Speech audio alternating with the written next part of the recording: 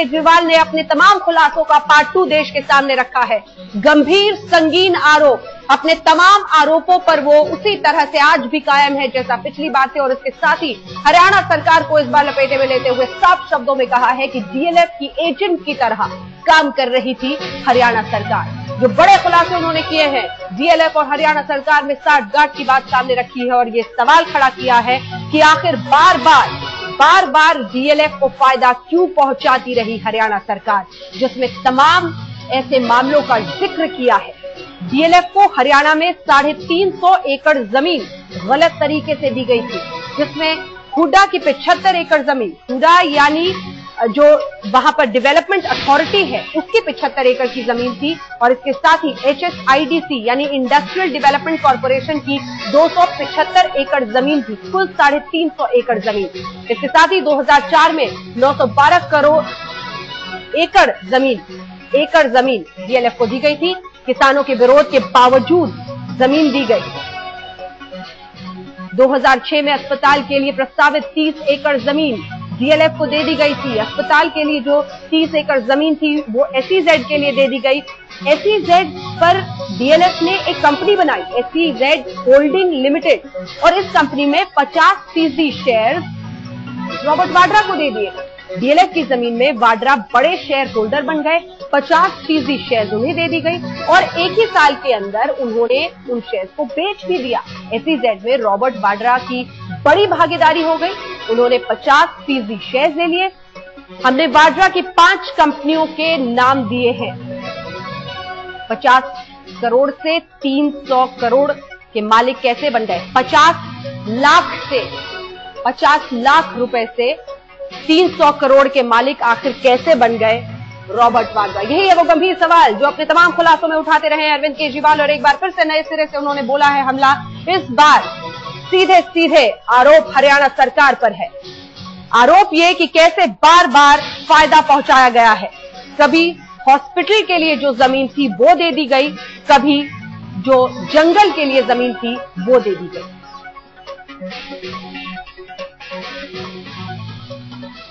आइए सुनते हैं अरविंद केजरीवाल ने किन शब्दों में ये तमाम आरोप आज हरियाणा सरकार और रॉबर्ट वाड्रा पर लगाए। सबसे पहला प्रश्न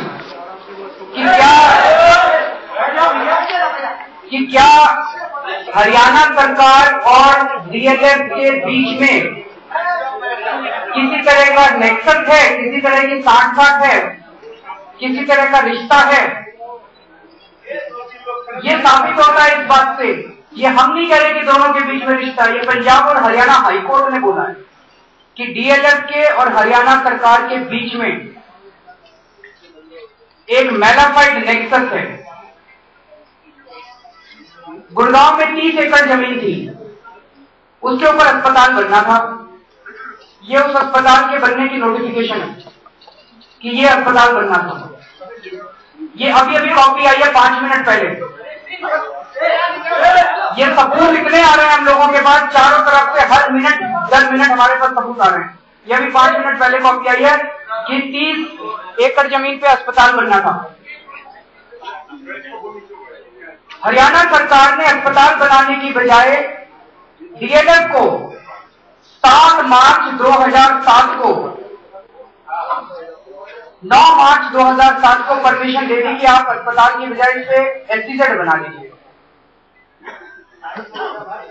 ये लोग सब दुखी हो गए, हाईकोर्ट गए, और पंजाब और हरियाणा हाईकोर्ट ने ना केवल उस SEZ को कैंसिल कर दिया, पर हरियाणा सरकार के बारे में पंजाब और हरियाणा हाईकोर्ट ने क्या कहा, ये गौर करने वाली बात है। The aforesaid facts alone are enough to establish the nexus of Messrs DLF Limited with the government to grab the property in question. कि ये साफ इस केस के सारे तथ्य साफ जाहिर करते हैं कि हरियाणा सरकार और डीएलएफ के बीच में एक नेक्सस है।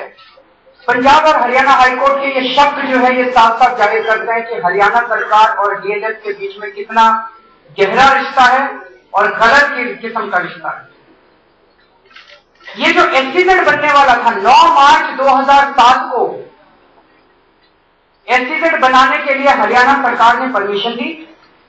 उसके 1 महीना पहले 2 फरवरी 2007 को डीएलएफ वालों ने एक कंपनी बनाई, उसका नाम था DLF SEZ holdings private limited, और उसी कंपनी में 1 साल बाद रॉबर्ट वाड्रा जी 50% शेयर होल्डर बन जाते हैं। He is the majority share holder. जो एसईजेड बनाने वाली कंपनी थी, उस कंपनी के अंदर 1 साल के अंदर रॉबर्ट वाड्रा जी 50% शेयर होल्डर बन जाते हैं। अगर आप इसके पेज नंबर 10 पे जाएंगे, जो डॉक्यूमेंट्स अभी आपको दिए गए, पेज नंबर 10 पे जो मार्क किया है, इसमें लिखा share in DLF SEZ holding limited, 2.5 lakh रुपए के 25,000 शेयर उन्होंने खरीदे। टोटल 50,000 शेयर इस कंपनी में थे, जिसमें से 25,000 शेयर रॉबर्ट वाड्रा जी ने खरीद लिए। लेकिन उसके 1 साल के अंदर, 1 साल बाद उन्होंने वो शेयर बेच दिए, वापस दिए को। इस 1 साल के अंदर रॉबर्ट वाड्रा जी ने किस तरह से क्या क्या फायदा पहुंचाया, ये जांच करने का विषय है। ऐसा तो नहीं कि 10 रुपए के शेयर खरीदे और 10 रुपए में बेच दिए। गंभीर सवाल खड़े हो रहे हैं इन तमाम खुलासों के बाद, और इसी पर बातचीत करने के लिए हमारे साथ 2 खास मेहमान इस पूरी चर्चा में जुड़ेंगे। हमारे साथ रेणुका चौधरी जी, वरिष्ठ नेता कांग्रेस पार्टी की जुड़ गई हैं, और मनीष सिसोदिया साहब हमारे साथ अहम सदस्य आईएसी के जुड़ गए हैं, जो हमसे बातचीत करेंगे इन तमाम मुद्दों पर। लेकिन उससे पहले एक बार फिर से आपको सुनाते हैं, केजरीवाल ने एक बार फिर रॉबर्ट वाड्रा पर निशाना साधा। अरविंद केजरीवाल ने कहा कि डीएलएफ ने आखिर क्यों 2 सालों तक ना तो वाड्रा से 50 करोड़ रुपए वापस लिए, ना ही जमीन ली। साथ ही अरविंद केजरीवाल ने कागजात दिखाते हुए कहा कि वाड्रा को फ्लैट सस्ते में बेचा गया, लेकिन मामला गरमाने पर करोड़ों रुपए अलग से दिखाएगा। मैं थोड़ा सा ध्यान आपका उस तरफ दिलाना चाहूंगा। डीएलएफ ने कुछ जवाब भेजे थे अभी कुछ दिन पहले। उन्होंने कहा था कि हमने कोई अनसिक्योर्ड लोन नहीं दिए हैं, अनसिक्योर्ड लोन नहीं दिए हैं। अगर आप पेज 11 पे आइए, पेज 11 पे साफ साफ लिखा है loan from DLF limited 5 crore. ये क्या है? और इसी का कॉरेस्पॉन्डेंस जो इन्होंने कंपनी रजिस्ट्रार ऑफ कंपनीज में फाइल किया, उसमें लिखा है कि अनसिक्योर्ड लोन है। उसके बाद इन्होंने कहा, इन्होंने 50 करोड़ रुपए का एक एडवांस दिया है। कहते हैं ये 50 करोड़ रुपए का एडवांस तो हमने जमीन खरीदने के लिए दिया था। हम रॉबर्ट वाड्रा जी से जमीन खरीद रहे थे मानेसर की, और हमने 50 करोड़ रुपए का एडवांस दे दिया। बहुत अच्छी बात है। पहली बात तो 90% 58 करोड़ रुपए, कहते हैं 58 करोड़ रुपए की जमीन थी, 50 करोड़ एडवांस दे दिया। वो एडवांस डीएलएफ के पास 2 साल तक पड़ा रहा, और जमीन भी पड़ी रही। ना जमीन ली डीएलएफ वालों ने, ना एडवांस वापस दिया। इतनी दरियादिली तो हमने बिजनेस में कभी नहीं देखी। और कहते हैं आर्म्स लेंथ प्रिंसिपल पे हम लोग काम करते हैं रॉबर्ट वाड्रा जी के साथ। अगर आप पेज नंबर 13 पे देखेंगे, इसमें लिखा advance against sale of Manesar land. ये 31 मार्च 2010 का है। उसके बाद पेज 14 पे आएंगे, ये 2011 का है। इसमें भी वो एडवांसेस रिसीव्ड में 58 करोड़ रुपए की वो जमीन है। और पेज 15 पे आएंगे तो इसमें आप देखेंगे land at Manesar as it is बरकरार है, वो उनके पास पड़ी हुई है लैंड। तो 2 साल तक आपने इंटरेस्ट फ्री पैसा दे दिया। आप उसको अनसिक्योर्ड लोन बोल लो, आप उसको इंटरेस्ट फ्री लोन बोल लो, आप उसको एडवांस बोल लो, शब्द जो मर्जी इस्तेमाल कर लो, कान को ऐसे पकड़ लो या वैसे पकड़ लो, बात तो वही है कि आपने 50 करोड़ रुपया दे दिया, उनको कह दिया भाई इंटरेस्ट मत देना हमको, और जैसे मर्जी इस्तेमाल कर लो। आईएसी की आरोपों की जमीन तैयार हुई नहीं इधर कि उधर बीजेपी उसका फायदा उठाने के लिए पहुंच गई है। जी हाँ, प्रेस कॉन्फ्रेंस के जरिए निर्मला सीतारमण इस वक्त क्या कह रही हैं, भारतीय जनता पार्टी की नेता, सुनिए। रूलिंग परिवार के साथ जुड़े हुए हैं, इनके ऊपर आरोप आना बहुत ही सीरियस मामला है।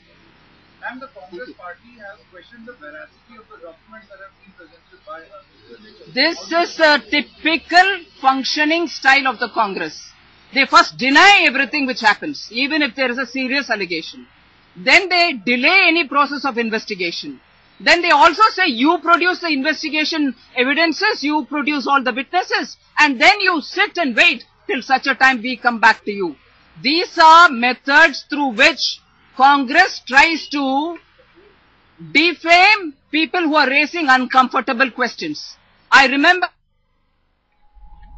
डिनाई, डिले एंड डिफेम की रणनीति अपनाती है कांग्रेस, यानी पहले मना करती है, उसके बाद पूरे मामले को लटकाती है, जांच नहीं होने देती और फिर जो लोग आरोप लगाते हैं उनको बदनाम करती है। यह है कांग्रेस का तरीका। निर्मला सीतारमण बीजेपी की नेता कह रही थी। हमारे साथ दो खास मेहमान इस पूरी चर्चा के लिए जुड़ गए हैं, सीधे उनका रुख करते हैं। रेणुका जी हमारे साथ मौजूद है। और रेणुका जी, अब तो और मुश्किल हो जाएगा आपके लिए रॉबर्ट वाड्रा को बचाना, कांग्रेस पार्टी के लिए रॉबर्ट वाड्रा को बचाना, क्योंकि आज मोटिव भी दिख रहा है कि हरियाणा सरकार ने कब कब डीएलएफ को फायदा पहुंचाया। रेणुका जी,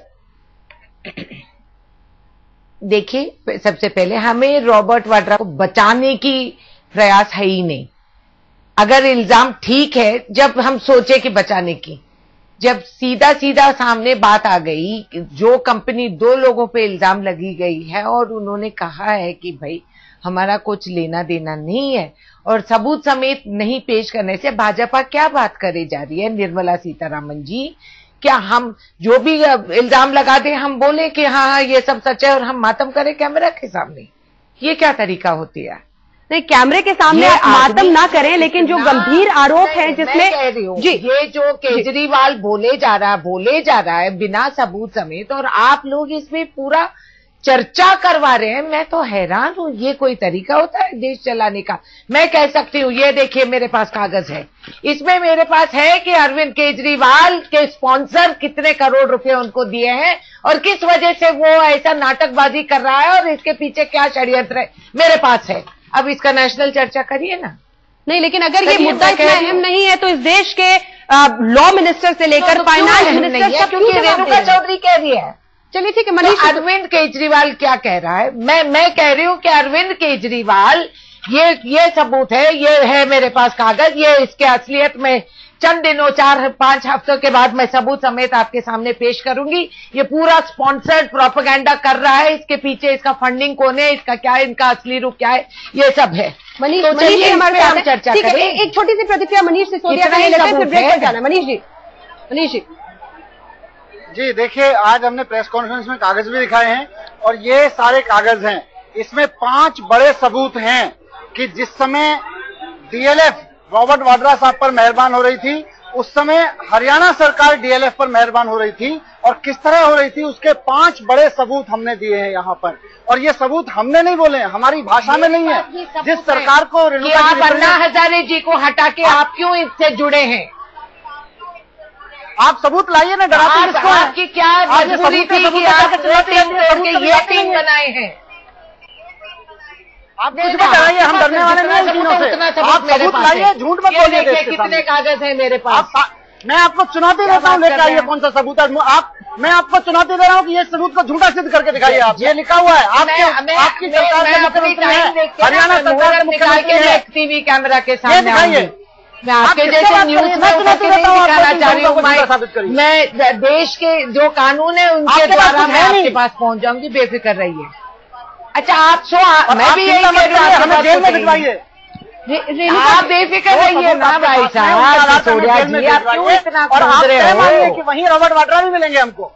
रेणुका जी, वाकई कांग्रेस पार्टी हमारे पास क्या मिलेगा क्या नहीं मिलेगा वो बात की बात है। आपके बारे में क्या निकलेगा आप परेशान रहिए। सामने इतने गंभीर सवाल है रेणुका जी, क्या वाकई कांग्रेस पार्टी इस मूड में है कि आप लोग खराब लोग हैं, हमें जेल में भिजवा दीजिए।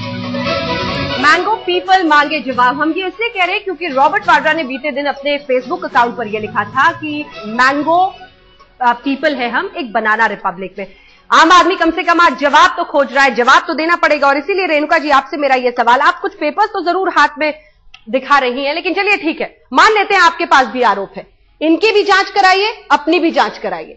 अपनी जांच के लिए आप तैयार तो होइए, आप रॉबर्ट वाड्रा की जांच के लिए तैयार तो होइए। तो कह रहे हैं कि जाइए कोर्ट जाइए, देश के जितने भी तरीके हैं उसको अपनाइए। ये मीडिया पब्लिसिटी क्योंकि हम टीवी के सामने आके कागज दिखाते हैं और कुछ नहीं करते हैं, ये मुझे समझ में नहीं आ रही। अब ये कहेंगे कि नहीं जी कोर्ट में वही देखेंगे इसने ये, तो आप क्या कहना चाह रहे हैं कि सारा देश इतना लोकतंत्र, इतना सब कुछ, ये सब लोग ओनली थ्रू टीवी मीडिया हम कानून चलाए? क्या बात कर रहे हैं अरविंद केजरीवाल जी, होश ठिकाने पे आ जाए।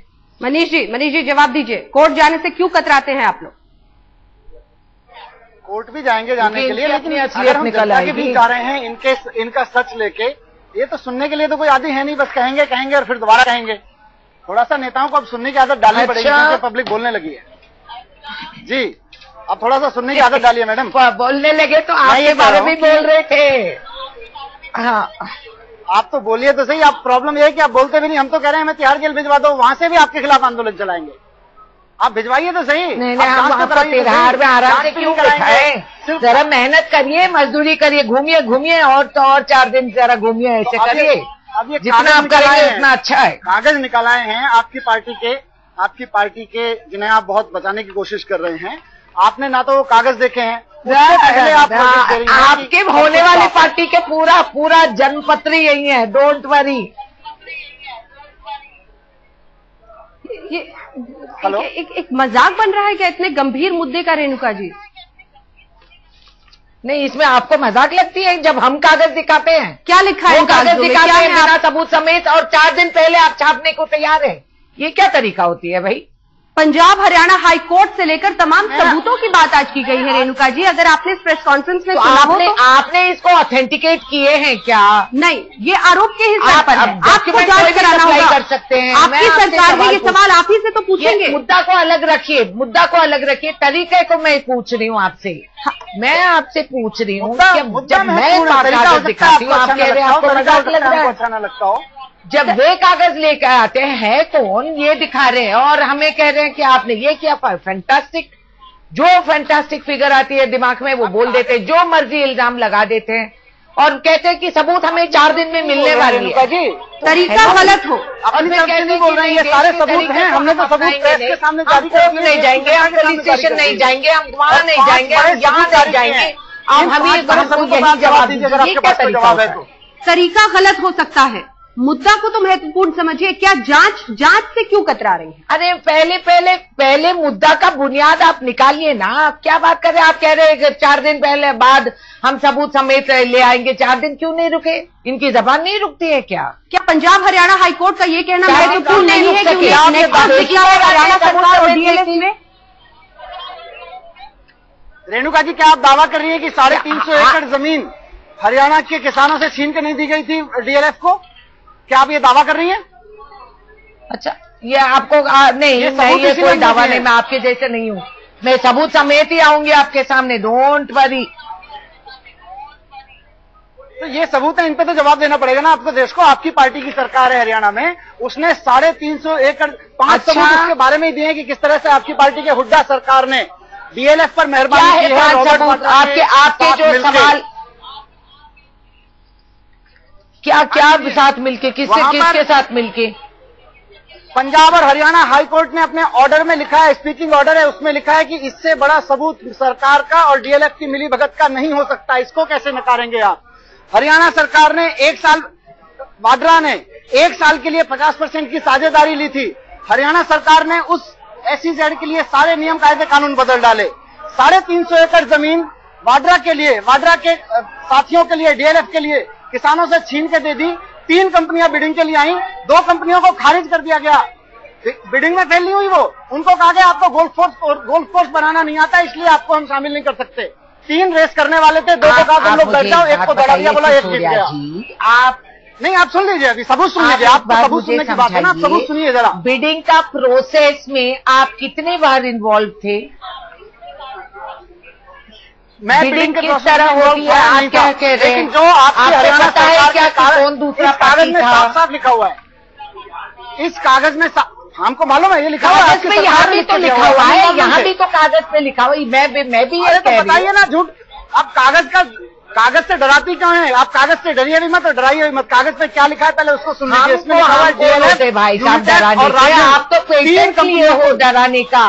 चलिए रेणुका, आप बार आप बस ऐसे अफवाहें उड़ाते रहते हैं, धज्जे उड़ाते रहते हैं और फिर आप हमें कह रहे हैं। रेणुका जी, एक ब्रेक पर हमें जाना है, लेकिन ब्रेक से लौटने के बाद फौरन मैं ये सवाल आपसे पूछूंगी बहुत ईमानदारी से कि चलिए ठीक है, रॉबर्ट वाड्रा को लेकर तमाम परेशानियां हैं और आप लोग की जो उनके लिए तमाम नेता जो सामने आकर उनका बचाव कर रहे हैं उसको समझा जा सकता है, आपकी मजबूरी समझी जा सकती है, उनको अलग कर दीजिए। क्या हरियाणा सरकार और डीएलएफ के बीच मिली भगत के जो ये तमाम आरोप लग रहे हैं, बातें सामने आ रही हैं, क्या उसकी जांच के लिए भी आपकी सरकार तैयार नहीं है?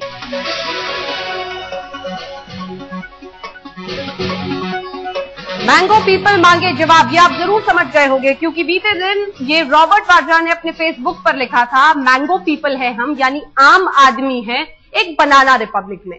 हालांकि बाद में उन्होंने अपना फेसबुक अकाउंट ही बन गया, जमकर बवाल इस पूरे मुद्दे पर बढ़ा है। यही आम आदमी आज रॉबर्ट वाड्रा और इस देश की सरकार से पूछ रहा है गंभीर सवाल। हमारे साथ दो खास मेहमान इस पूरी चर्चा में लगातार जुड़े हुए हैं। रेणुका चौधरी जी कांग्रेस की वरिष्ठ नेता हमारे साथ हैं, मनीष सिसोदिया साहब आईएसी के अहम सदस्य हमारे साथ इस पूरी चर्चा में शामिल है। लेकिन उससे पहले आइए आपको दिखाते हैं केजरीवाल के आरोपों के मुताबिक क्या कुछ है। हरियाणा सरकार लगातार डीएलएफ के लिए किसी एजेंट की तरह काम कर रही थी। केजरीवाल की बात को सच माने तो हरियाणा सरकार ने 350 एकड़ फॉरेस्ट की जमीन भी डीएलएफ को दे दी, वो भी बिना केंद्र और संबंधित विभागों की इजाजत लिए।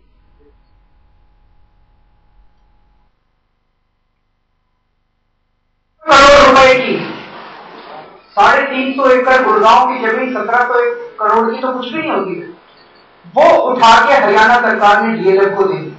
गोल्फ बनाने का एक्सपीरियंस, गोल्फ कोर्स बनाने का एक्सपीरियंस यूनिटेक को और कंट्री हाइट्स को नहीं था, इसलिए इन दोनों को हम खत्म कर रहे हैं। इन दोनों का हम बिड नहीं खोल रहे, फाइनेंशियल बिड्स खोले ही नहीं गए। लेकिन एक वेबसाइट से हमें पता चला कि इन दोनों कंपनियों के बिड डीएलएफ से कहीं ज्यादा थे, तो इस वजह से सरकार को नुकसान भी हुआ। सबसे सस्ते वाले को दे दिया जबकि सबसे महंगे वाले को देना चाहिए था। ये 350 एकड़ में 75 एकड़ जमीन जो है वो हुडा की थी। हुडा का क्या काम है? हुडा का काम है हरियाणा में आम लोगों के लिए फ्लैट बनाना, दुकानें बनाना, प्लॉट काटना। तो हुडा में ये जमीन 75 एकड़ जो जमीन है वो हुडा ने कुछ साल पहले गुड़गांव के किसानों से भूमि अधिग्रहण की थी, किसानों से दी गई थी। और किस कारण से दी गई थी ये पेज नंबर 7 के ऊपर है। 7 सड़कें बनाएंगे आपके लिए घर बनाएंगे, namely for the development and utilization of land for sector road between sector 4254 and sector 4353 along with land under Naga Creek along the above sector। सड़क बनाने के लिए, नल्ला कवर करने के लिए इनके लिए जमीन दी गई थी और ये सारी की सारी जमीन उठा के डीएलएफ को दे दी। कोई सड़क नहीं बनाई गई, कोई नल्ला कुछ नहीं, कोई सेक्टर नहीं काटे गए, कोई घर नहीं काटे गए। तो ये तो धोखा हुआ सबके साथ, किसानों के साथ धोखा हुआ जिनकी जमीनें छीनी गई और आम जनता के साथ धोखा हुआ जिनके लिए घर बनाने के लिए। और हुडा ने ये सारी की सारी जमीन उठा के और ये डीएलएफ को उठा के दे दिया। बाकी 275 एकड़ जो जमीन थी वो 275 एकड़ जमीन एचएसआईडीसी की थी। एचएसआईडीसी का क्या काम है? उनका काम है इंडस्ट्री के लिए प्लॉट काटना, नई फैक्ट्री को लगाना चाहता है उसके लिए प्लॉट काटना। एचएसआईडीसी ने 275 एकड़ जमीन वनों की जमीन है, अरावली प्लांटेशन के अंदर जो जमीन थी वो सारी फॉरेस्ट लैंड ये कवर्ड थी, जो कि सुप्रीम कोर्ट के आदेशों के हिसाब से किसी भी नॉन फॉरेस्ट यूज के लिए नहीं हो सकती। वो सारी जमीन उठा के इन्होंने डीएलएफ को दे दिया। और हरियाणा सरकार ने कहा कि आप चिंता मत कीजिए, आपको सारी सेंट्रल गवर्नमेंट से परमिशन, ये जो इस्तेमाल नहीं हो सकती है परमिशन हम लेके दे देंगे। फॉरेस्ट डिपार्टमेंट से भी ले देंगे, सेंट्रल गवर्नमेंट से भी ले देंगे, सुप्रीम कोर्ट से भी परमिशन हम लेके देंगे। और परमिशन अभी आई नहीं थी और 350 एकड़ जमीन उठा के उन लोगों को दे दी, पोजीशन उन लोगों को दे दिया। आखिर इतनी क्या बेताबी थी हरियाणा सरकार को मिलने से? कहीं जंगल की जमीन, कहीं अस्पताल की जमीन, ये सब कुछ डीएलएफ को दी गई, आखिर क्यों? यही है वो बड़ा सवाल। रॉबर्ट वाड्रा, हुड्डा सरकार और डीएलएफ की मिली भगत की पोल खोलते हुए केजरीवाल ने हरियाणा सरकार से व्हाइट पेपर लाने की मांग की है। साथ ही केजरीवाल ने 5 सवाल भी किए हैं। केजरीवाल के मुताबिक इनका जवाब जनता को मिलना ही चाहिए। हम ये आज डिमांड करते हैं कि हरियाणा सरकार इसके ऊपर व्हाइट पेपर निकाले कि डीएलएफ को मौजूदा हरियाणा सरकार ने पिछले 10 साल के अंदर क्या क्या फायदे पहुंचाए हैं। मोटे मोटे तौर पे 5 तरह के फायदे पहुंचाए हैं। बहुत सारी जमीन डीएलएफ की कंपनियों के नाम पे रिलीज की गई है। पंचायतों की जमीन डीएलएफ की कंपनियों के नाम पे रिलीज की गई। गवर्नमेंट ऑफ एचआईटीडीसी की जमीन जो है वो डीएलएफ की कंपनियों को ट्रांसफर की गई है। डीएलएफ की कंपनियों के लिए एफआईआर बढ़ा दिया गया है और डीएलएफ की कंपनियों के लिए लैंड यूज बदल दिया गया है कई जगह। इन 5 मुद्दों के ऊपर डीएलएफ की कंपनियों के क्या क्या फायदे पहुंचाए गए, इस पे हम लोग डिमांड करते हैं कि व्हाइट पेपर होना चाहिए। किसानों की जमीन ली गई है, जबरदस्ती ली गई है, ये तमाम ऐसे गंभीर आरोप है जिनके लिए जवाब का इंतजार पूरा देश कर रहा है। रेणुका चौधरी जी, सवाल बहुत गंभीर है, हालांकि बार बार आप इसको मजाक के तौर पर उड़ा रही हैं, लेकिन आप देखिए कि स्टेक होल्डर्स कौन कौन है। एक सेकेंड में, मैं हैरान हूं कि आप लोग ऐसे बात करते रहते हैं। गंभीर मामला ये है कि किसानों की जमीन, सारा देश किसान की जमीन है, मैं बता दूं, हर आउंस। हाँ, प्रगति के नाम पे हम लोग लैंड अलॉट करते हैं, फिर किसानों को कॉम्पनसेशन देते हैं, फिर किसान हटते हैं। मैं ये नहीं कह रही कि ये हुआ है, मैं आपको समझा रही हूं। तो ये जो आरोप लगते जाते हैं कि किसानों का जमीन, फॉरेस्ट लैंड, देश भर में फॉरेस्ट है, एसईजेड के लिए जो जमीन अधिग्रहित किया गया। रेणुका जी, अगर आप मेरा सवाल पूरा सुन लेती, रेणुका जी एक बार आप मेरा सवाल प्लीज पूरा सुन लें। एक सेकंड सवाल सुन लीजिए मैम, हमें बोलना नहीं, मैम सवाल सुन लीजिए, एक सेगमेंट एक बार सवाल सुन लीजिए। सवाल यह है कि एक तरफ किसानों से जो जमीन अधिग्रहित करके एसईजेड के लिए दी गई वो महत्वपूर्ण है। 30 एकड़ जमीन जो कि डीएलएफ एसईजेड होल्डिंग कंपनी बनाई गई, उसमें 50% शेयर रॉबर्ट वाड्रा को दिए गए। एक तरफ डीएलएफ जैसी कंपनी जो कि एक पब्लिक होल्डिंग कंपनी है, तीसरी तरफ हरियाणा सरकार, रॉबर्ट वाड्रा, ये ऐसे तमाम लोग हैं। आपको नहीं लगता है फुल पब्लिक व्यू में जांच से क्यों कतरा रहे हैं आप? हम कौन से जांच से हम ये कर रहे हैं? जांच करवाने के लिए ये पीछे हट रहे हैं, जो कानूनी तौर है वो इस्तेमाल नहीं कर रहे हैं। सरकार आपके ये जांच आप कराएंगे, ड्रामे कर रहे हैं। आप मुझे ये बताइए, कानून के कई कायदे हैं, वो वहां क्यों नहीं जाते हैं? उसका कोई जवाब नहीं। फिर मैं बता रही हूं, डीएलएफ कोई छोटी मोटी कंपनी नहीं है जो गांव के कोने पे बैठकर कोई धंधा कर रही है, वो तो पब्लिक शेयर होल्डर है उनकी। तो आप क्या सोच रहे हैं कि डीएलएफ जवाब नहीं दे सकती? किसान के जमीन लिए गए तो क्या किसान को वहां से उखाड़ के भड़का के गए? उनको कोई ये कॉम्पनसेशन नहीं दिए? मनीष, उनको इजाजत के बिना हमने उनको भिजवा दिए उन लोगों ने।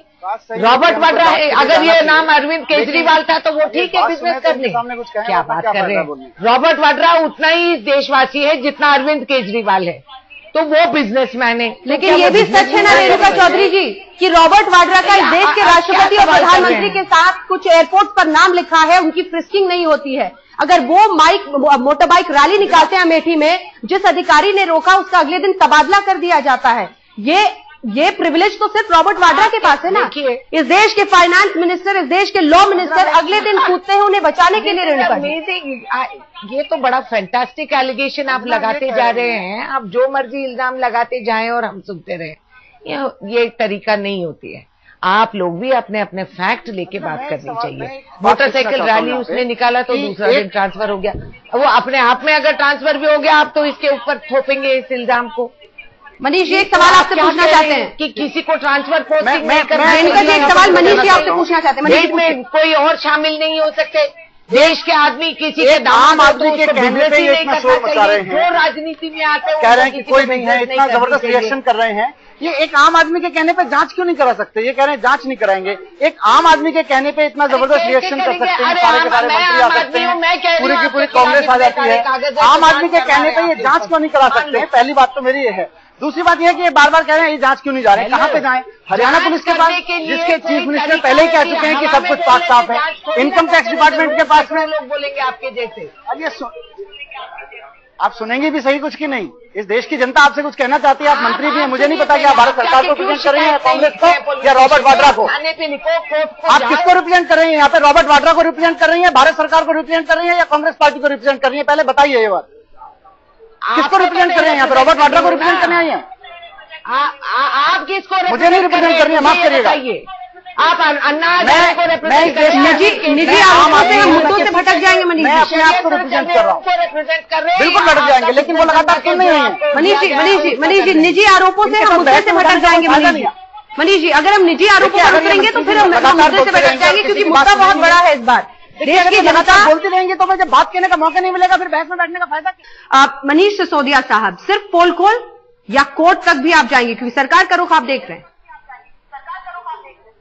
जी, कोर्ट तक भी चले जा सकते हैं, कोर्ट जाने से मना ही नहीं है, लेकिन अभी देश की जनता के सामने कुछ चीजें आनी चाहिए। और हम बार बार जो कह रहे हैं कि कैसे जांच कराएं, मुझे ये बताइए कि हरियाणा के सारे मामले हैं, हरियाणा पुलिस से जांच कराएंगे? हरियाणा के मुख्यमंत्री तो पहले ही कह चुके हैं कि भाई अब सब कुछ साफ है, आपको भरोसा नहीं? जांच करनी है। देश के फाइनेंस मिनिस्टर कह चुके हैं कि सब कुछ पाक साफ है। जब मुख्यमंत्री और मंत्री कह चुके हो तो फिर किसी ऑफिसर की क्या हिम्मत है कि वो जाके जांच करेगा? आपने अपनी बात कह दी। आपसे रेणुका जी चलते चलते आखिरी सवाल, क्योंकि रॉबर्ट वाड्रा के बचाव में जो तमाम नेता कांग्रेस पार्टी के हैं उसमें सबसे आगे आप ही दिख रही हैं पिछले 2-3 दिनों से। स्पष्ट शब्दों में क्या देश के सामने आप कह देंगी कि कुछ भी हो जाए रॉबर्ट वाड्रा के खिलाफ इस देश में जांच नहीं होगी? आप ये क्या कह रही, कैसी सवाल है ये? पहले तो मैं इन लोगों से कह रही हूं कि आप जिम्मेदारी से इल्जाम लगाना चाह रहे हैं तो फिर आप सबूत समेत आके बात करिए। पहले इल्जाम और बाद में सबूत, ये कौन सी तरीका होती है? ये कह रहे हैं कि फाइनेंस मिनिस्टर ने ये कह दिया, चीफ मिनिस्टर ने वो कह दिया, ठीक है। ये क्या कह रहे हैं? ये अपनी मर्जी जो मर्जी इल्जाम लगा दिया। यहीं पर मुझे वक्त की बहुत कमी है रेणुका जी। अपनी तरफ से वो बोल रही है, मुझे इस चर्चा का यहीं पे अंत करना होगा और आपके इस जवाब से इस पूरी चर्चा का अंत करते हैं ताकि देश की जनता ही तय करे कि कौन कितने पानी में है।